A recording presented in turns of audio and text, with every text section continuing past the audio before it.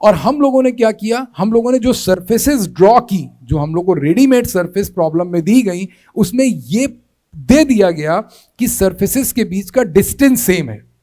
मैंने आपको बताया कि पॉइंट चार्ज के लिए आप 1000 सरफेस बना सकते हैं।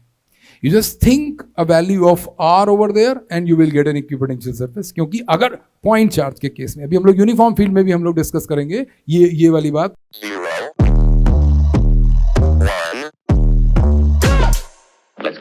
ये बिल्कुल ही सिंपल बात है। अगर हम लोगों के पास कोई एक पॉजिटिव चार्ज है, जैसा कि हम लोगों ने यहाँ पर देखा भी कि अगर हमको एक प्लस क्यू चार्ज गिवन था और उसके चारों तरफ हम इक्विपोटेंशियल सरफेस की कल्पना हम लोगों ने की कि these are the concentric spheres. बहुत ध्यान से देखिए, ये जो कॉन्सेंट्रिक स्फीयर्स हैं, ये कॉन्सेंट्रिक स्फीयर्स इक्विपोटेंशियल सरफेस बता रहे हैं। वो ये बता रहे हैं कि ये जो सरफेसेस हैं ये इक्विपोटेंशियल सरफेसेस हैं। इस सरफेस के किसी भी पॉइंट पर पोटेंशियल सेम है, say that some value V1। इस सरफेस के किसी पॉइंट पर V2 है और यहाँ पर V3 है। And for positive charge V1 is greater than V2 is greater than V3। क्यों? क्योंकि हमारी जो कैरेक्टरिस्टिक थी वो ये थी कि electric potential decreases along a field line. बहुत ध्यान से देखिए, अगर ये फील्ड लाइंस हैं, अब सवाल ये उठता है कि क्या फील्ड लाइंस जब हम लोगों ने बनाई थी तब क्या हम लोगों ने इक्विपोटेंशियल सरफेस के बारे में समझा था? नहीं समझा था। तब हम लोगों ने पोटेंशियल का नाम तक नहीं लिया था। मैं ये बताना चाह रहा हूं कि field lines is a different concept all together, which was nothing but to express the field in a picture. Potential is entirely different concept. अब हम उनको रिलेट कर रहे हैं। अब हम ये कह रहे हैं कि ये जो स्फीयर है, इस स्फीयर के किसी भी पॉइंट पर अगर आप यहां देख रहे हैं तो ये जो लाइन यहां पर आई है, ये जो सो कॉल्ड ब्यूटीफुल लाइन यहां पर आई है, इस पॉइंट पर इलेक्ट्रिक फील्ड का ये डायरेक्शन है। अगर आप इस पॉइंट पर इलेक्ट्रिक फील्ड का डायरेक्शन देख रहे हैं तो ये इलेक्ट्रिक फील्ड का डायरेक्शन है। अगर आप इस पॉइंट पर देख रहे हैं तो ये इलेक्ट्रिक फील्ड का ब्यूटीफुल डायरेक्शन है भाई। अब सवाल उठता है कि सरफेस, अरे सरफेस ये है भाई, ये थी सरफेस, ये है हमारी सरफेस। तो फील्ड का जो डायरेक्शन है वो सरफेस के परपेंडिकुलर है। सरफेस स्फीयर है और फील्ड लाइंस रेडियल हैं। इसका मतलब हम यहां पर ये कह सकते हैं कि जब हम लोगों ने ये लिखा कि पॉइंट चार्ज के लिए इक्विपोटेंशियल सरफेस जो है वो कॉन्सेंट्रिक स्फीयर है, हम लोगों ने लिखा for a point charge the equipotential surfaces are concentric spheres with point charge at the center. दूसरा कंसेप्ट जो है वो ये है कि पॉइंट चार्ज के लिए फील्ड लाइंस कहाँ हैं? ये जो फील्ड लाइंस हैं, फील्ड लाइंस जो हैं वो रेडियली आउटवर्ड्स हैं। ये भी एक कंसेप्ट है, field lines are radially outwards. तो अगर ये रेडियली आउटवर्ड्स फील्ड लाइंस हैं तो इसका मतलब ये बात तो यहां से पक्की हो गई कि इलेक्ट्रिक फील्ड जो है वो परपेंडिकुलर टू द सरफेस है किसी भी पॉइंट पर। इसका मतलब, क्योंकि रेडियस का मतलब ही यही होता है, सरफेस के, स्फेरिकल सरफेस के किसी भी पॉइंट पर रेडियस परपेंडिकुलर होगा। हम लोग ये बात समझने की कोशिश कर रहे हैं कि जब हम लोग dV/dr की बात कर रहे हैं, एक और यहाँ से एक और इंटरेस्टिंग बात आती है, वो ये कि जो हमारा dV/dr का कंसेप्ट है उसको हम भूले नहीं। उसको इसलिए ना भूलें कि ये बहुत इम्पॉर्टेंट है, बल्कि इसलिए कि ये बहुत इंटरेस्टिंग भी है।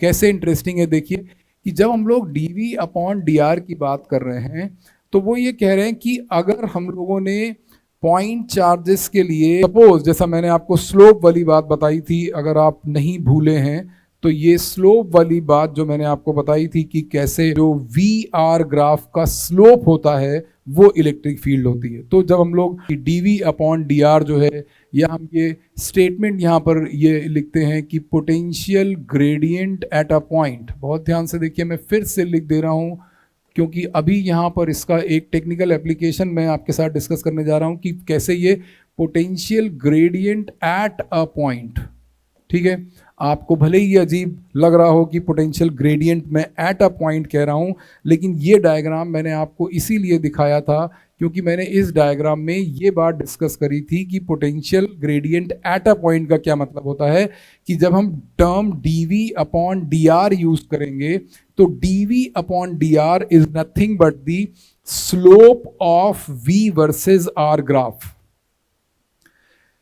किसी भी सिचुएशन में पॉइंट चार्ज से लेके, लाइन चार्ज से लेके, शीट चार्ज से लेके, या किसी भी स्फेरिकल शेल में, या किसी भी कॉम्प्लेक्स कॉन्फ़िगरेशन में जिसकी इक्विपोटेंशियल सरफेस हम ड्रॉ भी नहीं कर पाएंगे, या मैं अभी यहां पर आपको नहीं दिखा रहा हूं, उस सिचुएशन में भी ये कंसेप्ट हमेशा वैलिड है कि जो भी वी आर वेरिएशन होगा, जो भी potential with respect to distance variation होगा, डिस्टेंस कहां से लेंगे? चार्ज से, जो भी v वर्सेस r का ग्राफ होगा उसका जो स्लोप है that is the field intensity. अब मैंने वहां पर क्या लिखा? मैंने वहां पर लिखा potential gradient at a point. तो भाई अगर dv अपॉन dr स्लोप है तो स्लोप तो हमेशा at a point he define किया जाएगा। स्लोप कब से? भाई आप जब इस कर्व पर v वर्सेस r पर अगर आप टेंजेंट बनाएंगे तो यूनिक टेंजेंट तो किसी पर्टिकुलर r पर मिलेगा ना आपको। इसलिए मैंने यहां पर ये स्टेटमेंट लिखा है कि हम लोग potential gradient at a point define कर रहे हैं। Potential gradient at a point in an electric field. मैं बार बार ये बात यहां पर लिख देता हूं कि potential gradient at a point in an electric field, potential gradient at a point in an electric field is the field intensity, is the field intensity at that point। ये है माजरा। अब क्या होगा? वो आपसे क्वेश्चन कैसा पूछेंगे? वो आपसे क्वेश्चन ऐसा पूछेंगे कि वो दो सिचुएशन दे देंगे। बहुत ध्यान से देखिए, एक सिचुएशन ऐसी आएगी और एक सिचुएशन ऐसी आएगी, ठीक है? दोनों का डिफरेंस आपको दिख रहा है मन की आंखों से, मुझे नहीं दिख रहा। हम क्या कह रहे हैं कि यहां पर एक प्लस क्यू चार्ज रखा है, यहां पर एक प्लस क्यू चार्ज रखा है, और ये यहां पर हम लोग बहुत सारी इक्विपोटेंशियल सरफेसेस बना रहे हैं। 3 या 4 इक्विपोटेंशियल सरफेसेस मैं यहां पर ड्रॉ करके आपको दिखा रहा हूं कि यहां पर हम लोगों ने एक चार्ज एज्यूम किया, प्लस क्यू चार्ज, और फिर एक इक्विपोटेंशियल सरफेस हम लोगों ने यहां पर बना दी, ठीक है? दूसरी इक्विपोटेंशियल सरफेस हम लोगों ने यहां पर बना दी, और चौथी इक्विपोटेंशियल सरफेस हम लोगों ने यहां पर बना दी। This is the fourth equipotential surface. What is given in the question? ध्यान से देखिए कि वो इस सिचुएशन में क्या कहना चाह रहे हैं। वो ये कहना चाह रहे हैं कि एक सिचुएशन ऐसी है जहां पर ये 4 सरफेसेस जो दिखाई गई हैं, S1, S2, S3 और S4, इनका पोटेंशियल रिस्पेक्टिवली अभी हम लोग डिस्कस करेंगे। और एक दूसरी सिचुएशन हम लोगों को दिखाई गई जहां पर हम लोगों को 2 और इक्विपोटेंशियल सरफेसेस दिखाई गई। इसका मतलब एक इक्विपोटेंशियल सरफेस यहां थी, दूसरी इक्विपोटेंशियल सरफेस ये थी। ये जो वाइट वाली सरफेस हम लोगों ने अपने सॉफ्टवेयर से लिया, ये इस सरफेस का नाम S2 था, और तीसरी surface at a greater distance दिखाई गई है, एट अ ग्रेटर डिस्टेंस दिखाई गई, वो इस तरीके से दिखाई गई। मतलब ये 2 अलग अलग सिचुएशन है। एक सिचुएशन है ये 3 इक्विपोटेंशियल सरफेसेस की, और एक ये सिचुएशन है 4 इक्विपोटेंशियल सरफेस की। हम लोग दोनों को बराबर चेक करने के लिए यहां पर भी 3 सरफेसेस दिखा रहे हैं। सिचुएशन क्या है? सिचुएशन ये है कि वो यहां पर ये कहते हैं कि ये जो डिस्टेंस है, ये वाला डिस्टेंस, ये जो डिस्टेंस है, ये वाला डिस्टेंस, और ये जो डिस्टेंस है, ये वाला डिस्टेंस, ये डिस्टेंस तीनों में सेम है, ठीक है? और वो ये कह रहे हैं कि S1 S2 का जो पोटेंशियल है, जो S1 S2 का पोटेंशियल है, इसका मतलब S1 का पोटेंशियल से दैट V1 में इसको डिटेल में लिख दे रहा हूं। Potential of surface S1, potential for surface S1 is V1, say that, and similarly potential for surface S2 say that V2 and that for S3 is say that V3. What are they saying कि यहां पर जो dV upon dr है, क्योंकि हम लोगों ने dV upon dr की value minus of field intensity कही है, इसका मतलब क्या है कि दे से दैट कि अगर हमने इस सिचुएशन में dr की वैल्यू सेम ली है फॉर टू कॉन्जिक्यूटिव सर्फेसेस, अगर हम लोगों ने dr की वैल्यू सेम ली है तो जो dv होगा वो डिक्रीज करना चाहिए। dv डिक्रीज करने का मतलब क्या है कि अगर v1 की वैल्यू 100 वोल्ट है तो v2 की वैल्यू, और फिर अगर v2 की वैल्यू 70 वोल्ट है तो v3 की वैल्यू जो है वो 50 वोल्ट होगी। ये कैसे पता चला? ये हमको ऐसे पता चला कि अगर हमारे पास एक प्लस क्यू चार्ज है, क्योंकि ये एक पॉइंट चार्ज की सिचुएशन है, बहुत ध्यान से देखिएगा, आपको अगर मैथ्स के बगैर तो समझ आना ही नहीं है। तो वो ये कह रहे हैं कि जो E क्या है, E है फील्ड इंटेंसिटी। E तो फील्ड इंटेंसिटी है ना भाई। और मैंने आपको क्या बात बताई, जो अपना यूएसपी था वो ये था कि field intensity at a point होती है। बार बार हमेशा ये बात याद रखनी है कि फील्ड इंटेंसिटी जो है वो एट अ पॉइंट होगी। हम बोलेंगे field intensity, but field intensity at a point is obvious किसी भी सिचुएशन में। ऐसा नहीं कि इस सिचुएशन में या उस किसी भी सिचुएशन में field intensity at a point होगा। और ये बात हमको इस डायग्राम में क्लियरली दिख रही है। हम जैसे चाहें वैसे देख लें, हम फील्ड लाइंस बना के देख लें। फील्ड लाइंस बना के देखने से क्या होता है, हम लोग लाइन डेंसिटी से, line density is a method to decide the field intensity. As we are moving away from the plus Q charge, the line density is decreasing. तो एक बात तो ये आ गई कि जो फील्ड, जो E है, जो फील्ड इंटेंसिटी है वो प्रोपोर्शनल होती है लाइन डेंसिटी के। तो एक तरीका यहाँ पर हम लोगों ने लाइन डेंसिटी का ये देखा कि लाइन डेंसिटी से हम लोग चेक कर सकते हैं, क्योंकि ये पॉइंट चार्ज है तो लाइन डेंसिटी कम हो रही है, लाइंस आर बिकमिंग रेयर, तो फील्ड इंटेंसिटी कम होगी। दूसरा तरीका एज सिंपल एज फिजिक्स है कि हम पॉइंट चार्ज के लिए फील्ड इंटेंसिटी का formula Q upon r square लगा देंगे तो E inversely proportional to are square आ जाएगा।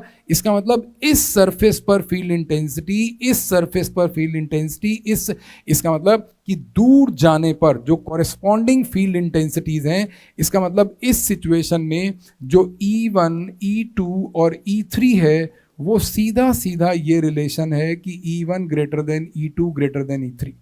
और हम लोगों ने क्या किया, हम लोगों ने जो सरफेसेस ड्रॉ की, जो हम लोग को रेडीमेड सरफेस प्रॉब्लम में दी गई, उसमें ये दे दिया गया कि सरफेसेस के बीच का डिस्टेंस सेम है। मैंने आपको बताया कि पॉइंट चार्ज के लिए आप 1000 सरफेस बना सकते हैं। You just think a value of R over there and you will get an equipotential surface। क्योंकि अगर पॉइंट चार्ज के केस में, अभी हम लोग यूनिफॉर्म फील्ड में भी हम लोग डिस्कस करेंगे ये वाली बात, पर नॉन यूनिफॉर्म फील्ड में वो ये कह रहे हैं कि अगर ये वाली सिचुएशन और ये वाली सिचुएशन, अगर हम इन दोनों सिचुएशंस को कंपेयर करें, बहुत ध्यान से देखिए, तो ये हम लोगों ने लाइन्स यहाँ पर बना दी हैं ये दिखाने के लिए कि फील्ड इंटेंसिटी तो भाई इस केस में भी डिक्रीज करेगी। ये तो बात पक्की है। ऐसा तो नहीं हो सकता कि ये दूसरा पॉइंट चार्ज लिया तो यहाँ पर E की वैल्यू कांस्टेंट हो जाए। ये केस ही नॉन यूनिफॉर्म इलेक्ट्रिक फील्ड का है। बट जो क्वेश्चन में वो आपको ये सरफेसेस जो उन्होंने दे दी हैं, वो आपसे क्वेश्चन में पूछेंगे कि for a set of equipotential surfaces, बहुत ध्यान से देखिए, for a set of equipotential surfaces given as S1, S2 and S3, S1, S2 and S3, what are the values of V1, V2 and V3? तो वो कोई 3 values दे देंगे, कोई 3 values दे देंगे और वो आपसे ये पूछेंगे कि क्या, अगर मान लीजिए कोई भी, जैसे यहाँ पर ये 170, 50, 170, 50 क्यों दिया, क्योंकि डीवी की वैल्यू कम हो रही है। देखिए पहले और दूसरे का डिफरेंस है 30 और दूसरे और तीसरे का डिफरेंस है 20। तो अगर डी आर सेम है और डीवी कम हो रहा है, इट मींस फील्ड इंटेंसिटी कम हो रही है, जस्टिफाइड है। यहां पर इन्होंने क्या दिया कि it is very much visible कि पहले और दूसरे के बीच में जो डी आर है और दूसरे और तीसरे के बीच में जो डी आर है वो एक्चुअली अलग अलग है। यू कैन सी कि इसका डी आर बढ़ रहा है। तो डी आर बढ़ने की सिचुएशन क्या है? डी आर बढ़ने की सिचुएशन पर हम लोग V1, V2, V3 की वैल्यू कैसे निकालेंगे, इन तीनों की वैल्यू कैसे निकालेंगे? वही पुराना अपना कंसेप्ट है कि dV upon d r is minus E. ये हमारा एक कंसेप्ट है। क्योंकि यहां पर पॉइंट चार्ज है, पॉइंट चार्ज की सिचुएशन में E कांस्टेंट नहीं है, और बल्कि अगर हम लोग इसको और प्रिसाइज देखें तो और प्रिसाइज ये है कि E inversely proportional to are square है। दूर जाने पर फील्ड इंटेंसिटी की वैल्यू कम होगी। अब हम ये देख रहे हैं कि dV अपॉन डी आर में जो ये फील्ड इंटेंसिटी का फॉर्मूला है, डी आर बढ़ रहा है। डी आर बढ़ रहा का मतलब पहले से पहली सरफेस से इस सरफेस से, ये जो पहली सरफेस थी इस सरफेस से जब हम दूसरी सरफेस पर आए, पहली इक्विपोटेंशियल सरफेस ये है, दूसरी इक्विपोटेंशियल सरफेस ये है, और तीसरी इक्विपोटेंशियल सरफेस ये है। ध्यान से देखिए कि पहली और दूसरी के बीच का जो डिस्टेंस है, पहली और दूसरी के बीच का जो डिस्टेंस है वो कम है दूसरी और तीसरी के बीच का। इसका मतलब कि ये तो यहीं से जस्टिफाई हो रहा है कि डी आर अगर बढ़ेगा तो E कम होगा। ठीक बात है। इसका मतलब हम लोग dV को कांस्टेंट यहां पर दिखा सकते हैं। dV को कांस्टेंट दिखाने का मतलब क्या है कि हम ऐसा सेट चूज करेंगे कि अगर हमको एक सेट ऐसा दिया होगा 150 और 0, तो हम ये वाला सेट सिलेक्ट करेंगे। या हमको कुछ ऐसा सेट दिया हो V1, V2 और V3 कि अगर उन्होंने कहा, क्योंकि ये प्लस क्यू चार्ज था, अगर इसको ये 100 कह रहे हैं, इसको 50 कह रहे हैं और इसको 0 कह रहे हैं, ये सेट पॉसिबल है। अगर वो इसको कह रहे हैं कि एक दूसरी वैल्यू 80 है और ये 30 है और ये -20 है, तो भी ये पॉसिबल है। इसका मतलब इसका पोटेंशियल 80 वोल्ट, इस सरफेस का पोटेंशियल 80 वोल्ट, इस सरफेस का पोटेंशियल 30 वोल्ट और इस सरफेस का पोटेंशियल -20 वोल्ट। S1 और S2 का डिफरेंस है 50 वोल्ट और S2 और S3 के बीच का भी डिफरेंस है 50 volt. This is another possible value. अगर वो ऐसा कह दें कि ये 100 है और ये 80 है और ये 20 है, नहीं हो सकता। क्यों नहीं हो सकता? क्योंकि हम लोगों को इस सिचुएशन में जब हम लोगों ने दो कॉन्जिक्यूटिव सरफेसेस जो दिखाई गई हैं, ये क्वेश्चन है, ये कोई जनरल डायग्राम नहीं है। ये जो सरफेसेस हम लोगों ने यहां पर बनाई हैं कि एक सरफेस ये है, एक सरफेस ये है और एक सरफेस ये है, ये तीनों सरफेसेस हम लोगों ने ड्रॉ करके दी हैं and then we are asking for the possible values of V1, V2 and V3। तो यहां पर dV डिक्रीज करता हुआ दिखाएंगे। dV का मतलब दो कॉन्जिक्यूटिव सरफेसेस के बीच का पोटेंशियल डिफरेंस। और यहां पर जो तीन सरफेसेस दी हैं, क्योंकि dr बढ़ रहा है, इसका मतलब कि dV अपॉन dr रेशियो कम होना चाहिए as a matter of fact कि पॉइंट चार्ज से दूर जाने पर फील्ड इंटेंसिटी।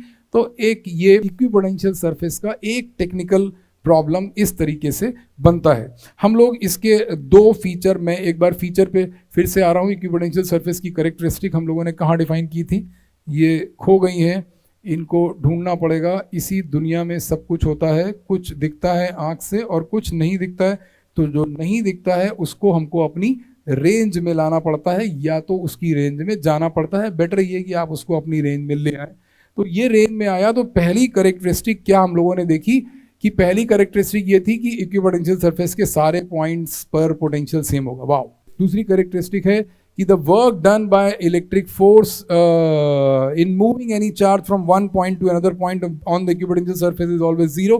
तीसरी कैरेक्टरिस्टिक ये थी कि इक्विपोटेंशियल सरफेस के किसी भी पॉइंट पर फील्ड इंटेंसिटी का डायरेक्शन परपेंडिकुलर होगा। नॉर्मल वर्ड्स में ऐसे भी कहते हैं कि field is perpendicular to the equipotential surface. बहुत ही कॉमन, बहुत ही इंटरेस्टिंग और बहुत ही यूजफुल ये कंसेप्ट है। You have to keep this in mind to deal with electrostatics in this chapter and later on also. तो ये बात मैं आपको कह रहा था कि मैं आपको dV अपॉन dr की एक इंटरेस्टिंग सिचुएशन और बताऊंगा कि dV अपॉन dr जो है, dV अपॉन dr ऐसी क्या सिचुएशन होगी कि जब हमारा dv अपॉन dr कांस्टेंट हो जाए। ऐसी क्या सिचुएशन होगी कि जब dv upon dr which is nothing but minus of e और वो कांस्टेंट हो जाए। मुझे ऐसा लगता है कि आप समझते हैं, मुझे ऐसा लगता है कि आप ये बात समझते हैं कि अगर हमने इस प्रोपोर्शनैलिटी की बात की है तो हम क्या कहना चाह रहे हैं। अगर हमने इस प्रोपोर्शनैलिटी की बात की है तो हम ऑब्वियसली पॉइंट चार्ज पर रिस्ट्रिक्टेड हैं। अगर हम लोगों ने इस प्रोपोर्शनैलिटी की बात की है तो हम लोग पॉइंट चार्ज पर रिस्ट्रिक्टेड हैं। ये जो सिचुएशन है, ये सिचुएशन केवल पॉइंट चार्ज के लिए होती है। और अब अगर हम ऐसी सिचुएशन की बात कर रहे हैं कि यदि हम ऐसी सिचुएशन की कल्पना कर रहे हैं कि dv अपॉन dr कांस्टेंट है, तो dv अपॉन dr कांस्टेंट होने का मतलब क्या है हमारे हिसाब से कि we are talking about a uniform electric field reason.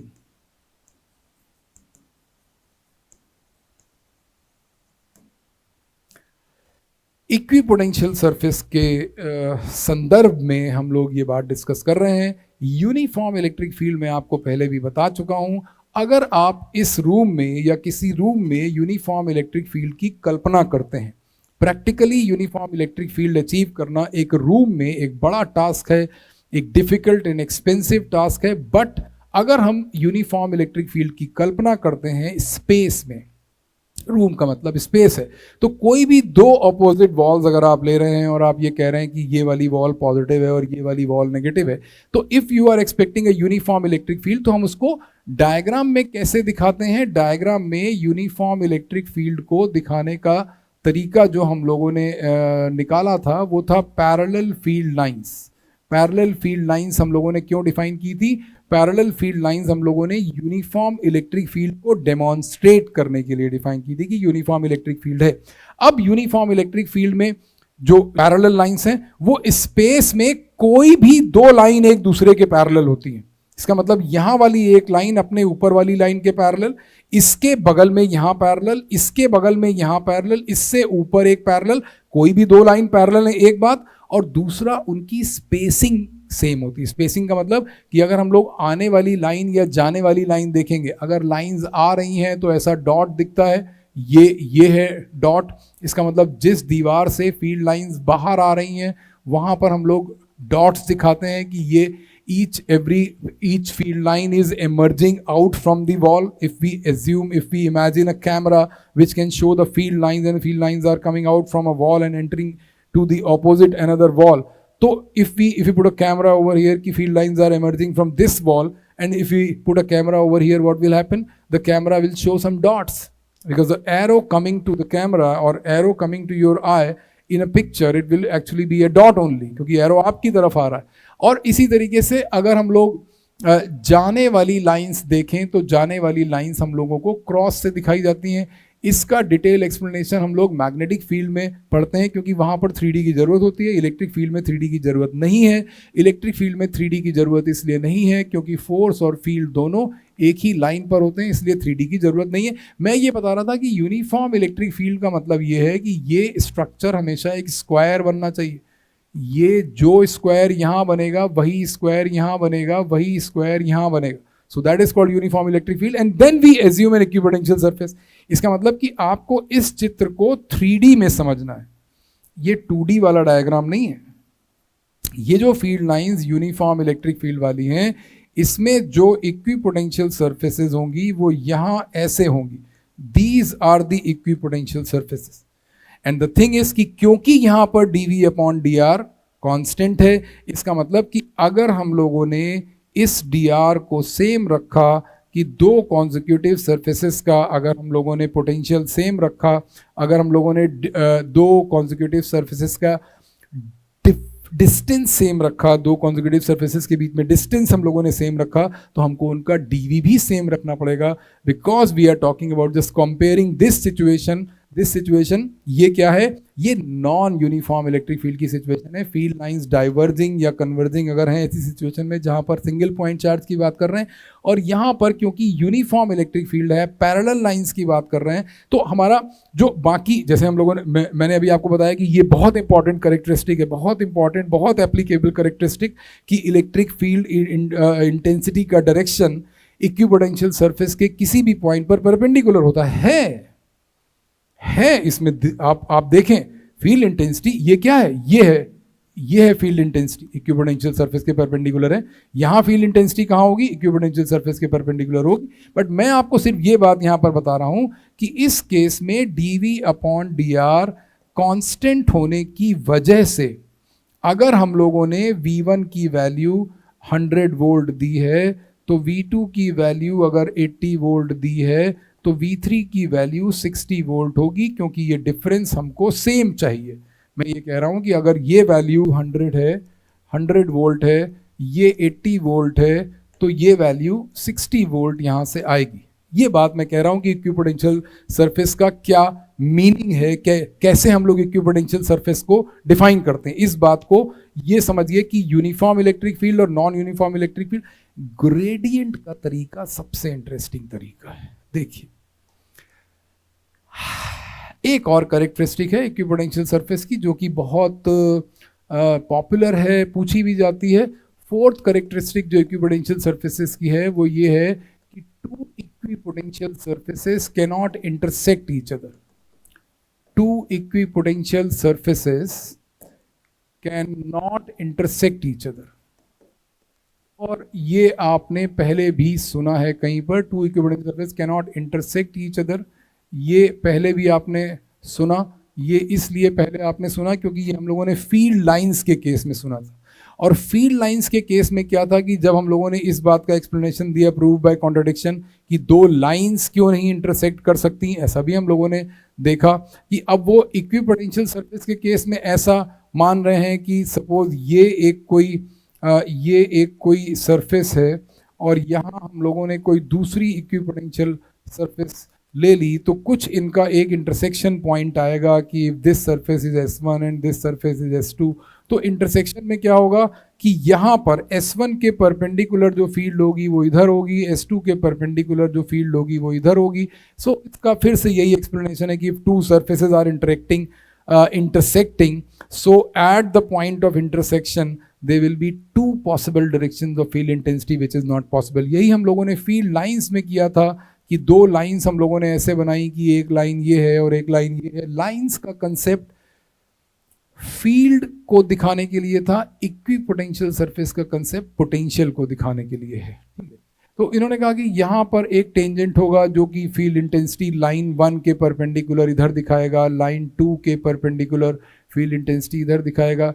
तो एक ही पॉइंट पर दो फील्ड इंटेंसिटी, ये नॉट पॉसिबल था। इसलिए इन्होंने कहा कि दो सरफेसेस या दो फील्ड लाइन एक दूसरे को इंटरसेक्ट नहीं करती, वैसे ही दो इक्विपोटेंशियल सरफेस भी एक दूसरे को इंटरसेक्ट नहीं करती। जैसे हम लोगों ने पॉइंट चार्ज के लिए यूनिफॉर्म, जब हम लोगों ने पॉइंट चार्ज के लिए ये इक्विपोटेंशियल सरफेसेस हम लोगों ने पढ़ी कि ये सरफेसेस ऐसी हैं, ये इक्विपोटेंशियल सरफेसेस, ये क्या है, ये है if we have this structure as point charge, positive या नेगेटिव से केवल फील्ड इंटेंसिटी के डायरेक्शन का फर्क पड़ेगा। तो यहाँ पर जो इक्विपोटेंशियल सरफेसेस हैं वो क्या हैं, वो हैं concentric spheres. concentric spheres with charge at center। ये पॉइंट चार्ज की सिचुएशन। अगर हम लोग इसी को लाइन चार्ज की सिचुएशन में डिस्कस करें तो लाइन चार्ज ऐसा होता था, हमारा एक इनफाइनाइट चार्ज होता था और हम लोग यहाँ पर पॉजिटिव चार्ज, कोई बहुत परेशान होने की बात नहीं है, क्योंकि अगर पॉइंट चार्ज की सिचुएशन हम लोग डिस्कस कर रहे हैं तो ये KQ/R² है, और इसके केस में जो V आ रहा है वो KQ/R है। और ये आया कहाँ से, ये इसी इक्वेशन से आया, dV/dr is equal to -E। इस कंसेप्ट को अप्लाई करते हुए यहाँ पर जो इक्विपोटेंशियल सरफेस आएगी वो एक सिलेंडर आएगी. This cylinder, at every point on this cylinder we have same potential, and similarly we may have another coaxial cylinder. This cylinder is another equipotential surface. So in case of a line charge, we can say, in case of a line charge, the equipotential surfaces, in case of line charge, the possible equipotential surfaces, the possible equipotential surfaces are coaxial cylinders. Coaxial cylinders with line charge as axis. With line charge as axis, the common axis. This common axis. एक इसमें से और interesting बात है, वो थोड़ी ज़्यादा interesting बात है. डिफ़िकल्ट को कहने का दूसरा तरीका है. डिफ़िकल्ट इसलिए नहीं कहना चाहिए कि आप ऑलरेडी इतना डिस्करेज हैं कि मैं आपको और क्या ही डिस्करेज करूं. ये हम लोगों ने जो इक्विपोटेंशियल सरफेसेस बनाई थी, ये हम लोगों ने पॉइंट चार्ज के लिए बनाई थी. ये हमारा पॉइंट चार्ज का सिचुएशन था, जिसमें पॉइंट चार्ज के केस में हम लोगों ने इक्विपोटेंशियल सरफेसेस हम लोगों ने बनाई थी. आगे हम लोग क्या करना चाह रहे हैं कि हम लोग ये कह रहे हैं कि एक और बहुत ही पॉपुलर सिचुएशन है. ये इतिहास अगर हम लोग थोड़ा सा शिफ्ट कर दें और वर्तमान को देखें, तो वर्तमान कुछ ऐसा कहता है कि अगर ये एक पॉजिटिव चार्ज है और ये एक नेगेटिव चार्ज है, तो इसका जो सेट ऑफ फील्ड लाइंस है वो कैसे दिखाया जाता है. ये देखिए, कोई भी बनाए, ऐसी होती थी एक लाइन, ऐसी होती थी. ये थोड़ा सा सिमेट्रिकल स्ट्रक्चर होना चाहिए. ये स्ट्रक्चर ऐसा होता है, अगर आप 20 से निकालना चाहें तो एक लाइन आप यहाँ पर ऐसे बना सकते हैं. ज़्यादा आर्टिस्टिक तब हो जाता था ये जब ये फील्ड लाइंस यहाँ पर दिखाई जाती थी. Arrow field lines positive charge से नेगेटिव चार्ज, ओपन लूप और ये सब. फिर एक लाइन यहाँ जाती है, फिर एक लाइन यहाँ जाती है, फिर एक लाइन यहाँ जाती है, फिर एक लाइन यहाँ. और ये फील्ड लाइंस का एक स्पाइडर वुमेन वाला शेप आ जाता है कि ये जो स्पाइडर वुमेन है, ये क्या कह रही है कि ये वाला चार्ज अगर प्लस क्यू चार्ज है और ये वाला चार्ज माइनस क्यू चार्ज है, तो ऐसी सिचुएशन में इसकी इक्विपोटेंशियल सरफेस कहाँ होगी. थोड़ा टेक्निकल. क्यों टेक्निकल है? क्योंकि इस सिचुएशन में जब हमारे पास दो इक्वल और ऑपोजिट चार्ज हैं, two equal and opposite charges, तो ऐसी सिचुएशन में क्या होता है कि ऐसी सिचुएशन में जो एक सरफेस, अगर हम यहां पर कह रहे हैं कि ये एक कोई इक्विपोटेंशियल सरफेस है, सपोज अगर हम ऐसा कह रहे हैं कि ये कोई इक्विपोटेंशियल सरफेस है, blue colour will be more visible कि अगर ये एक इक्विपोटेंशियल सरफेस है. तो अब वो कह रहे हैं कि अब एक बात तो ये है भाई कि जो मैटर ऑफ फैक्ट ये है कि पोटेंशियल दोनों चार्जेस की वजह से होगा. और दूसरा जो ज्योमेट्रिकल फैक्ट है, जो पिक्टोरियल फैक्ट है, पिक्टोरियल फैक्ट ये है कि जो इलेक्ट्रिक फील्ड इंटेंसिटी है वो परपेंडिकुलर है उसके, किसके, सरफेस के. तो इसमें जो सरफेस का शेप आता है वो कुछ ऐसा आता है कि यहाँ से एक ऐसा जो ये सिचुएशन बनेगी. इसका मतलब कि ये वाली जो लाइन होगी, अगर हम इस पर्टिकुलर इसी तरीके से इसमें जब हम इसकी बात करेंगे तो ये एक इक्विपोटेंशियल पॉसिबल इक्विपोटेंशियल सरफेस आएगी जो कि ये उसके सेंटर पर नहीं होगा. सिर्फ ध्यान क्या रखना होगा कि ये सारी लाइंस रेडियल होनी चाहिए. ये यहां से परपेंडिकुलर होनी चाहिए, इसके परपेंडिकुलर होनी चाहिए. ये लाइन इस पर्टिकुलर पॉइंट पर इस टेंजेंट के परपेंडिकुलर होनी चाहिए. ऐसे हम लोग इसका ज्योमेट्रिकल स्ट्रक्चर बना लेते हैं. ये आपकी जो होली बुक है एनसीईआरटी, उसमें ये स्ट्रक्चर्स दिए हैं जहां पर उन्होंने दो लाइक चार्जेस और दो अनलाइक चार्जेस की इक्विपोटेंशियल सरफेसेस ड्रॉ करी है. हम लोग डिस्कस कर लेंगे. Otherwise you can consult directly from the NCERT also. ठीक है. तो पोटेंशियल की जो फाइनल सिचुएशन बन रही है वो ये है कि हमको अब पोटेंशियल मान लेना चाहिए कि पोटेंशियल का जितना भी थ्योरेटिकल एस्पेक्ट है या जो कंसेप्चुअल एस्पेक्ट है वो हम लोग समझ चुके हैं। अब हम लोगों को इसके कुछ न्यूमेरिकल्स करने हैं और एंटर करना है कैपेसिटेंस में। Thank you.